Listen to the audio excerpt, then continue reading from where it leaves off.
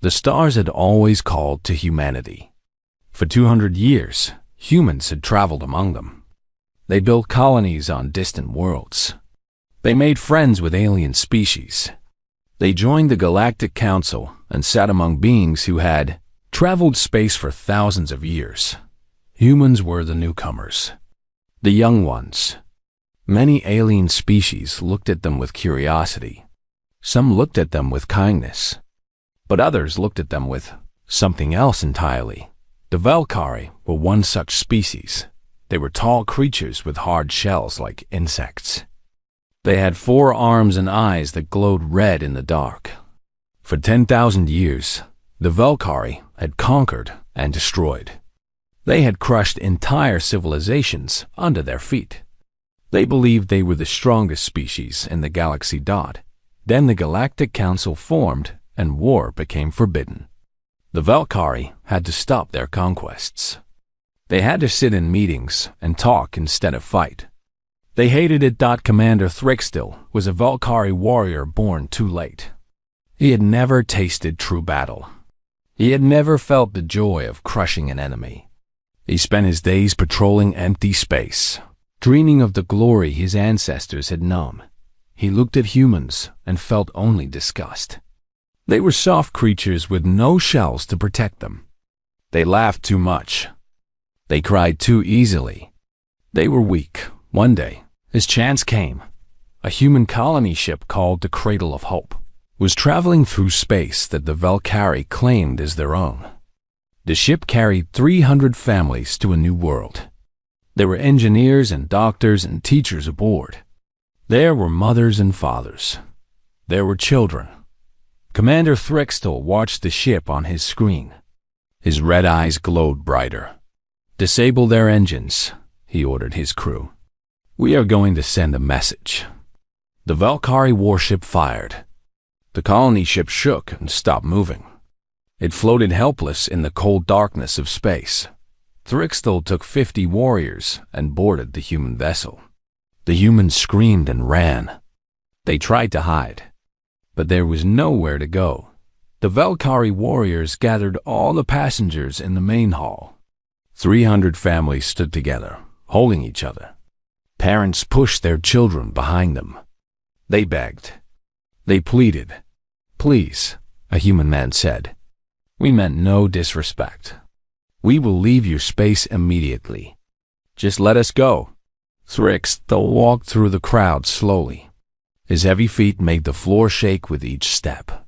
He looked at the humans like they were insects. "You do not understand," he said. "I do not want you to leave.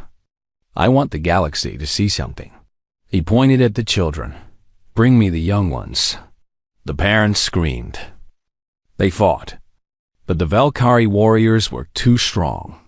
They tore children from their mothers' arms. They dragged them away from their fathers. 47 children were taken to the cargo bay of the ship. The youngest was 4 years old. The oldest was 12. Thrickstil had brought cameras. He made sure the whole galaxy would see what happened next. The warriors carried ceremonial painstaves. These were weapons designed not to kill, but to hurt, to cause the greatest pain possible. The Valkyrie had used them for thousands of years to punish their enemies. Now they used them on human children. The beating lasted for 1 hour. The children screamed until their voices broke. Bones cracked. Blood flowed. Small bodies fell to the ground, and still the warriors kept hitting. The parents could hear everything through the walls. Their cries were worse than any sound the galaxy had ever known. Through it all, Commander Thrickstil stood before the camera and smiled. "Let the galaxy see," he announced. "This is what happens to vermin who forget their place. Humanity is nothing. They are weak. They are pathetic. And if they ever think they are equal to the Valkyrie, we will remind them of this day." When the beating finally stopped, 47 children lay broken on the cargo bay floor. They were alive, but barely. Some would never walk again. Some would never see again. All of them would carry scars for the rest of their lives. The Valkyrie left. they did not take anything from the ship. They did not kill anyone. They simply left the humans floating in space with their broken children and flew away laughing. Thrickstone expected the galaxy to see human weakness. He expected other species to laugh at the soft creatures who could not protect their own young. He expected humanity to cry and beg and do nothing. He was wrong about everything. The broadcast reached Earth in 4 hours. In homes and offices and schools, humans watched in silence. They saw their children beaten. They heard their screams. They watched the Valkyrie commander smile at the camera. Something changed in that moment. For 200 years, humanity had tried to be peaceful. They had tried to be good members of galactic society. They had smiled at insults. They had ignored threats. They had believed that kindness would eventually win respect. But as they watched their children bleed, something very old woke up inside them. Something that had slept since the days when humans hunted with spears and protected their caves from predators. Something dark and patient and terrible. The alien species of the galaxy did not understand humans. They saw small, soft creatures and thought they knew what that meant. They did not know about human history. They did not know about the wars humans had fought against each other. They did not know what humans were capable of when they stopped being nice. They were about to learn in hospitals across human space. Doctors fought to save the 47 children. Parents sat by their beds and held their hands. They whispered promises that everything would be okay. But in the quiet moments, when the children finally slept, those same parents looked at each other with eyes that held no tears. Only cold, burning fire. They will pay, a mother whispered, holding her daughter's broken hand. Every single one of them will pay. Across human space, billions of voices whispered the same thing. The Valkyrie had made a terrible mistake. They had hurt human children and expected nothing to happen. They did not know that humans had one rule that went deeper than any law. One rule that was older than civilization itself. You do not touch the children. The galaxy had no idea what was coming. Neither did the Valkyrie, but they would learn soon enough. The video of the attack spread across the galaxy like fire. Every species saw it. Every world talked about it. In alien bars and council chambers, beings discussed what the Valkyrie had done. Most expected the usual response. When a young species was attacked, they typically ran to the Galactic Council. They cried. They begged for help. They asked for sanctions and strongly worded letters. That was how things worked. The Valkyrie ambassador sat in his chair at the council, waiting for the human representative to arrive.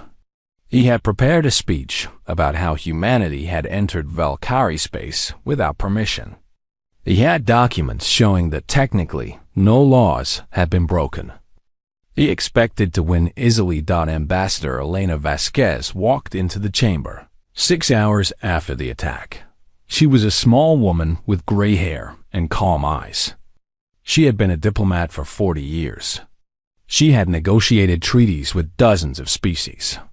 Everyone who knew her said she was patient and kind. Today, she looked different. Her face showed no emotion at all. Her eyes were empty like the void between stars. She did not go to the speaking platform. She did not ask to address the council. She simply stood in the center of the room and waited until everyone fell silent. Humanity formally withdraws from the Galactic Accords, she said. Her voice was flat and cold. We will handle this matter internally. The chamber erupted in confused noise. Species shout questions. The council president demanded an explanation. The Valkyrie ambassador laughed out loud. You withdraw? The insectoid being chittered. You give up your protections? Stupid mammals. Without the Accords, you have no allies. No trade agreements. No defense treaties. You will be alone. Elena turned to look at him. Her eyes met his glowing red ones. We are not withdrawing for our protection. she said quietly. The laughter died in the Valkyrie's throat. Alina walked out of the chamber without another word. She boarded a ship and returned to human space. Behind her, the galaxy watched and wondered. Then the humans did something no one expected. They disappeared. Within 24 hours, every human ship returned to human space. Scientists left joint research stations in the middle of experiments. Traders abandoned deals worth billions of credits. Diplomats packed their bags and went home. Human colonies stopped answering communications. Trade routes went dark. The borders of human space became walls of silence. The galaxy had never seen anything like it. Intelligence. Agents from various species tried to find out what was happening. They sent probes toward human space. The probes never came back. They sent spy ships. The ships vanished without a trace. Rumors began to spread. Some said the humans were hiding in fear. Others said they were building something. Strange readings came from deep within human territory. Energy signatures that made no sense. Heat blooms that suggested massive industrial activity. The Valkyrie dismissed all of it. "They are cowards," Commander Thrix announced to his fleet. They ran away to cry in the dark. In a few months, they will come crawling back to the Council, begging for forgiveness. We have shown the galaxy what humans truly are. But others were not so sure. The Alphean ambassador was an ancient being who had lived for 1,000 years. She had seen many species rise and fall. She had watched the Valkyrie conquer worlds before the Council stopped them. She knew what war looked like. "You are fools," she told the Council. "I have studied humanity. They are not running away. They are preparing. Preparing for what?" Someone asked. The old Alphean shook her head slowly. "You do not understand these creatures. I have read their history. I have seen what they did to each other before they reached the stars. They nearly destroyed their own world. Not once, but many times. They invented weapons that could burn entire cities in seconds. They fought wars that killed hundreds of millions of their own kind." She looked at the Valkyrie ambassador with pity in her eyes. "And now you have given them a reason to remember how to be monsters." The Valkyrie laughed at her warning. The other species whispered nervously, but did nothing. 2 months passed. In that time, humanity was busy. Every factory on every human world worked day and night. Workers who had never built weapons learned how to make them. Scientists who had studied medicine now studied destruction. Ships that had carried families and cargo were stripped down and rebuilt as warships. The humans had always been builders. They had always been inventors. Now they turned those skills toward a single purpose. Deep in the Sol system, Fleet Admiral James Okonkwo stood before a wall of screens. Each screen showed ships, thousands of them. More warships than humanity had ever built before. "How many?" he asked his aide. 3,200 ships ready to fight, Admiral. Another 500 will be ready within the week." Okonkwo nodded slowly. "And the weapons?" "The scientists say the new missiles can crack a planet's crust. The energy beams can cut through any known armor. We have also developed something else." The aide paused. "Something we are calling the Sun Killer. I do not want to use that unless we must." "Yes, Admiral. But it is ready if we need it." Okonkwo looked at the screens for a long moment. He thought about the videos he had seen. The children screaming. The Valkyrie laughing. The parents crying. His own grandchildren were safe on Earth. But those 47 children could have been any human child. They could have been his grandchildren. "Send a message to every ship," he said. "We move in 3 days." Across human space, 40 million soldiers prepared for war. They were not professional killers. They were teachers and farmers and engineers who had volunteered. Every single one of them had watched the video. Every single one of them had the same cold fire in their eyes. Humanity had been peaceful for 200 years. They had almost forgotten what they were capable of, but they remembered now. The silence was almost over, and when it ended, the galaxy would learn why humanity should never be pushed too far. Fleet Admiral James Okonkwo stood on the bridge of the flagship Righteous Fury. Through the window, he could see the largest fleet ever assembled by humanity. Ships stretched across the darkness of space like an endless river of steel and fire. 3,000 warships. 40 million soldiers. Weapons that had never been used before. All of it built in 2 months. All of it for one purpose. Around him, his senior commanders waited in silence. They were men and women from every nation on Earth and every colony in human space. For the first time in history, there was no division among them. No politics. No arguments. Just cold, unified purpose. "Before we begin," Okonkwo said, "I want to tell you something." He pressed a button and the main screen lit up. It showed a hospital room on Earth, 47 beds in a long row. In each bed lay a child wrapped in bandages. Machines beeped around them. Parents sat beside them, holding their hands. "These are the children of the cradle of hope," Okonkwo said. 47 of them. The youngest is Maria Santos. She is 4 years old. The Valkyrie broke both of her legs and cracked her skull.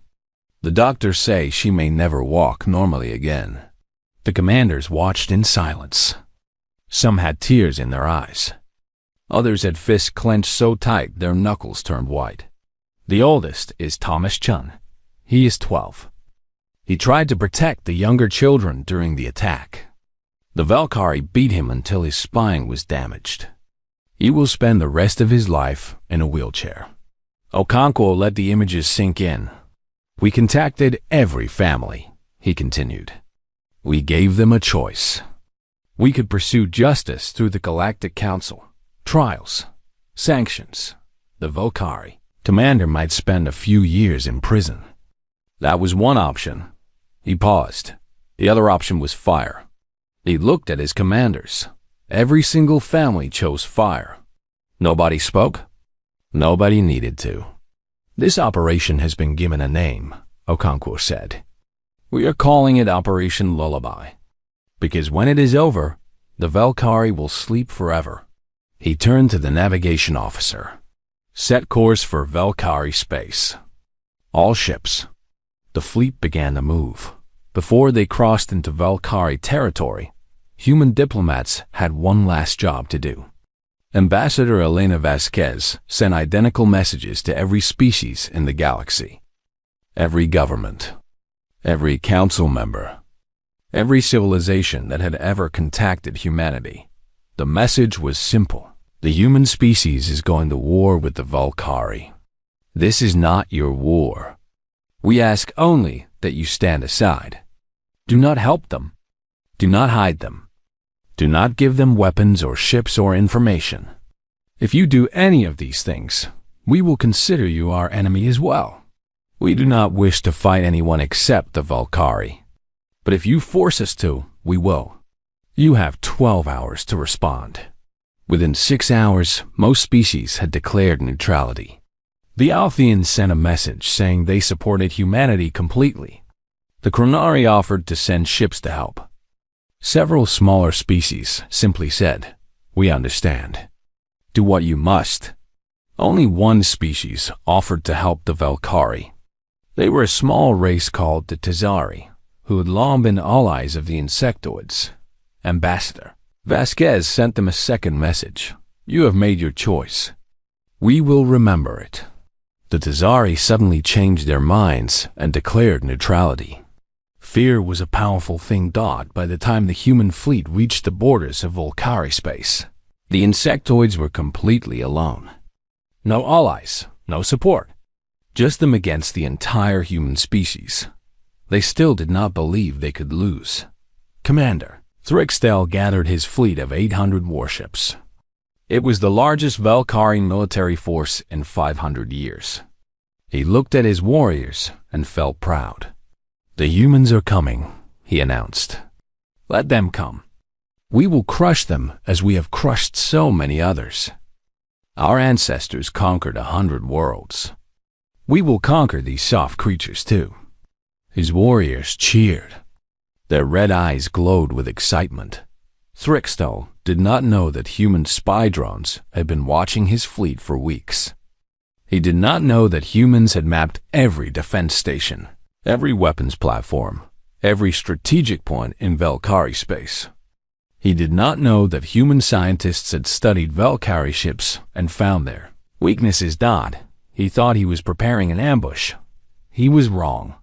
The first human ships entered Valkyrie space at noon, Galactic Standard Time. Thrickstell watched them on his screen and laughed. "Only 50 ships? They send 50 ships against my 800? The humans are fools." Then his senses went wild.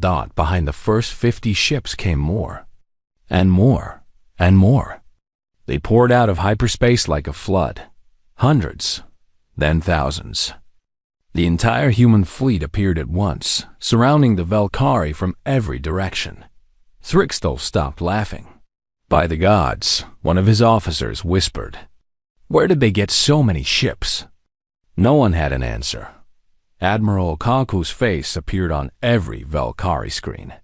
His voice was calm and cold.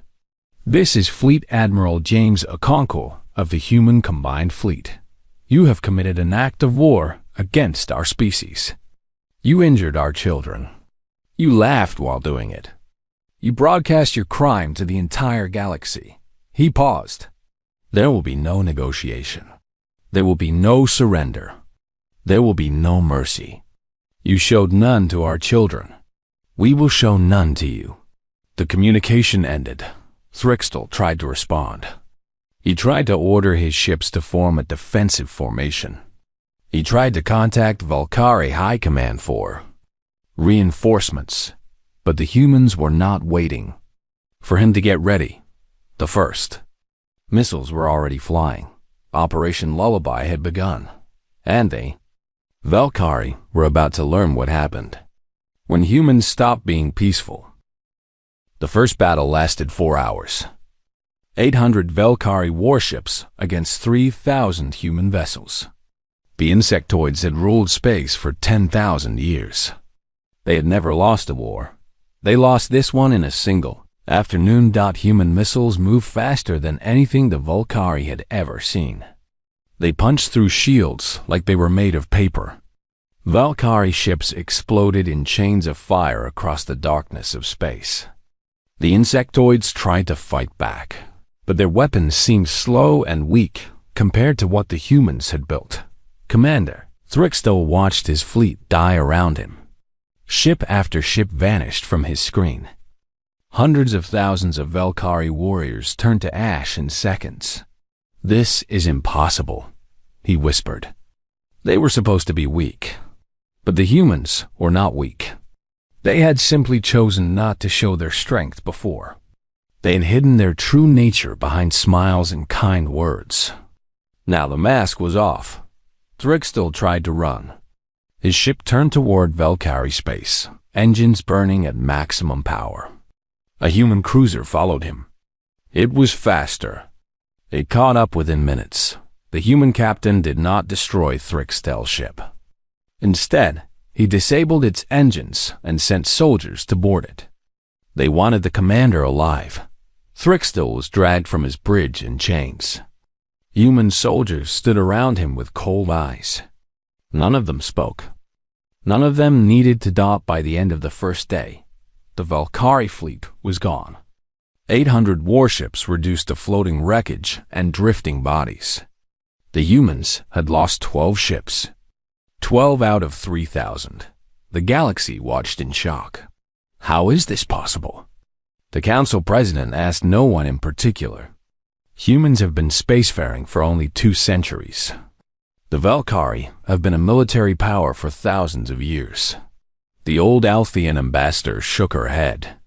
You still do not understand. Humans do not fight like other species.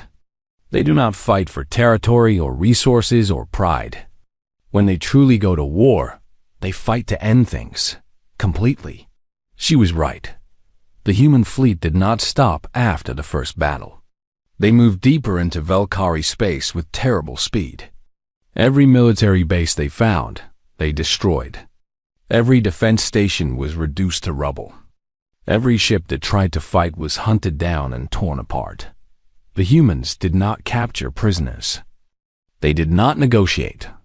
They simply killed everything that wore a Valkyrie uniform. On the second day, they reached the first Valkyrie colony world. 500 million insectoids lived there. Military targets were spread across the planet's surface. Admiral Okonkwo looked at the world on his screen. His face showed no emotion. "Are there any military installations on that planet?" he asked. "Yes, Admiral. 17 bases. Also weapons factories and training centers." "What about civilians?"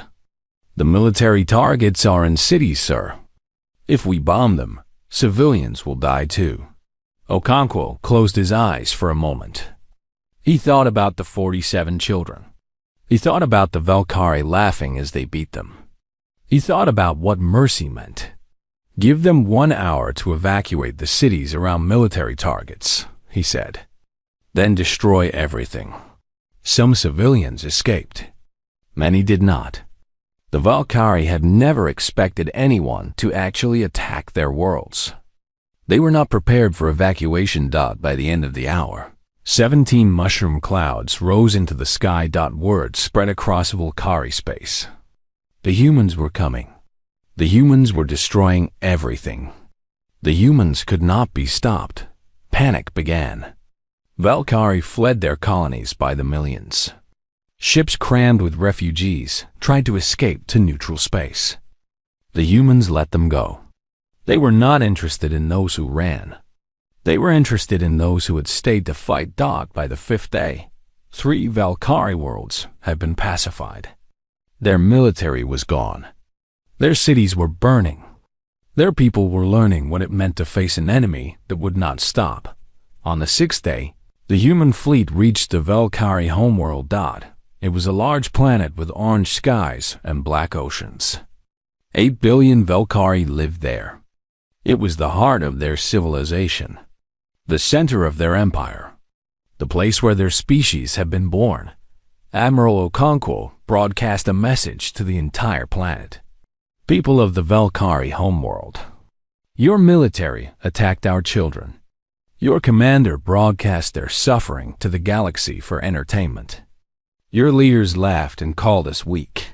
He paused. "We are not weak. I am giving you 24 hours.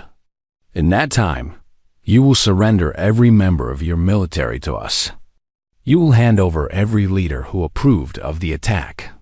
You will turn over every weapon you possess. If you do these things, your civilians will be spared. If you do not, we will turn your world to glass." The Valkyrie government refused. They still believed they could negotiate. They still thought the humans were bluffing. They sent messages offering peace talks and treaties and compensation. The humans did not respond. 20-4 hours later, the bombardment began. Human ships rained fire from the sky. Military bases vanished in balls of light. Government buildings collapsed into dust. Shipyards and factories and weapons facilities were erased from existence. The Valkyrie homeworld burned for 3 days. When it finally stopped, the Valkyrie military was gone. Their government was gone. Their ability to make war was gone forever. Commander Thrixtel was brought before a human tribunal. Soldiers who had lost children in the attack were allowed to watch. The parents of the 47 children were given seats in the front row. Thrixtel screamed that this was genocide. He screamed that the galaxy would condemn humanity. He screamed that the humans were monsters worse than any the universe had ever seen. A human woman stood up from the front row. Her daughter had been among the 47. Her daughter would never walk again. She walked up to Thrixtel and looked into his red eyes. "You taught us something," she said quietly. You taught us that mercy is something we choose to give, and we have chosen not to give it to you. Thrickstil was executed that day. The war had lasted 11 days. The Volcari Empire was gone. 1 year had passed since the war ended. The galaxy was still trying to understand what had happened. A species that had been spacefaring for only 2 centuries had destroyed an empire that had existed for 10,000 years. In 11 days, with barely any losses, the Volcari were not extinct. Humanity had not killed every single one of them. Billions of civilians had survived, but their military was gone. Their government was gone. Their homeworld was in ruins. Their colonies had surrendered and were now under human administration. The Volcari who remained were scattered across the galaxy as refugees. They lived in camps on neutral worlds. They begged for food and shelter from species they had once looked down upon. The proud conquerors of 100 worlds now had nothing, and everywhere they went, other species looked at them and whispered, "They hurt human children. Look what happened to them." In the Galactic Council, the seat that had belonged to the Volcari sat empty. No one wanted to sit near it. It had become a symbol, a reminder. Ambassador Elena Vasquez walked into the council chamber exactly 1 year after she had walked out. She looked different now. The coldness in her eyes had softened. She almost looked like the kind diplomat she had been before the attack. The chamber fell silent as she took her place at the speaking platform.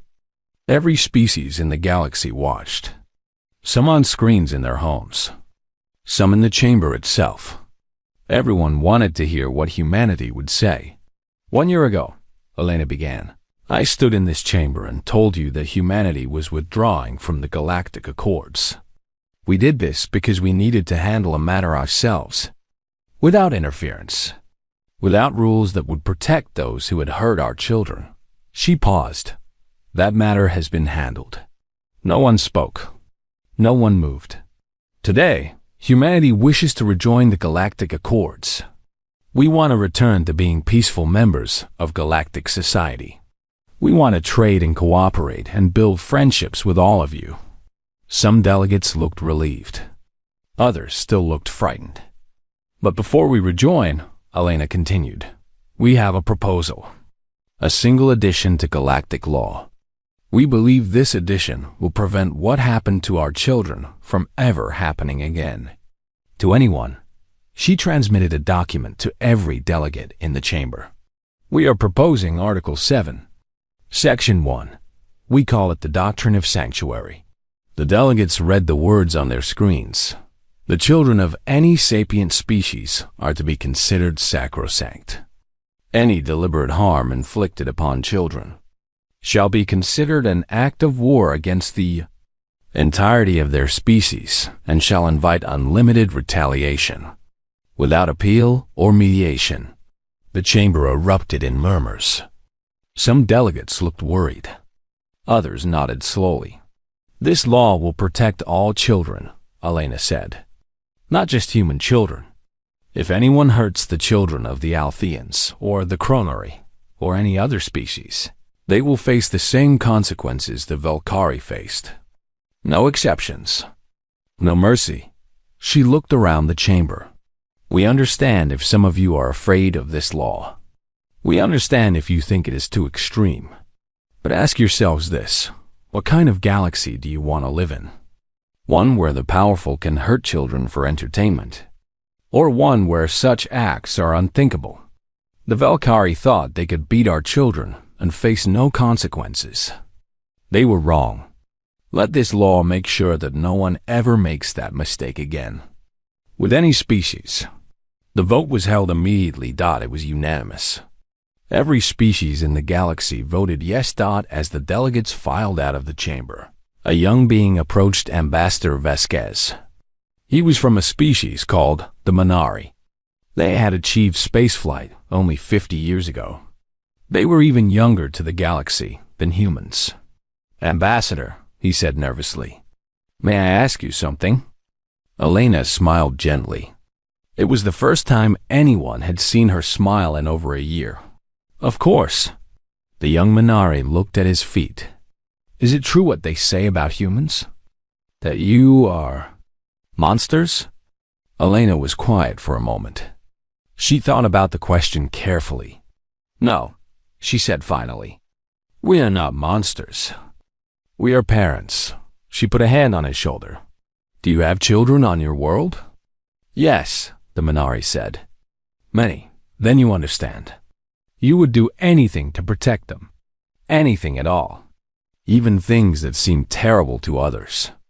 Because that is what parents do. She patted his shoulder and began to walk away. Ambassador? The Minari called after her. She turned. I am glad the law passed. My people feel safer now. Elena nodded. That is all we wanted. For everyone to feel safe. She walked out of the council chamber and did not look back. In the months that followed, the galaxy changed.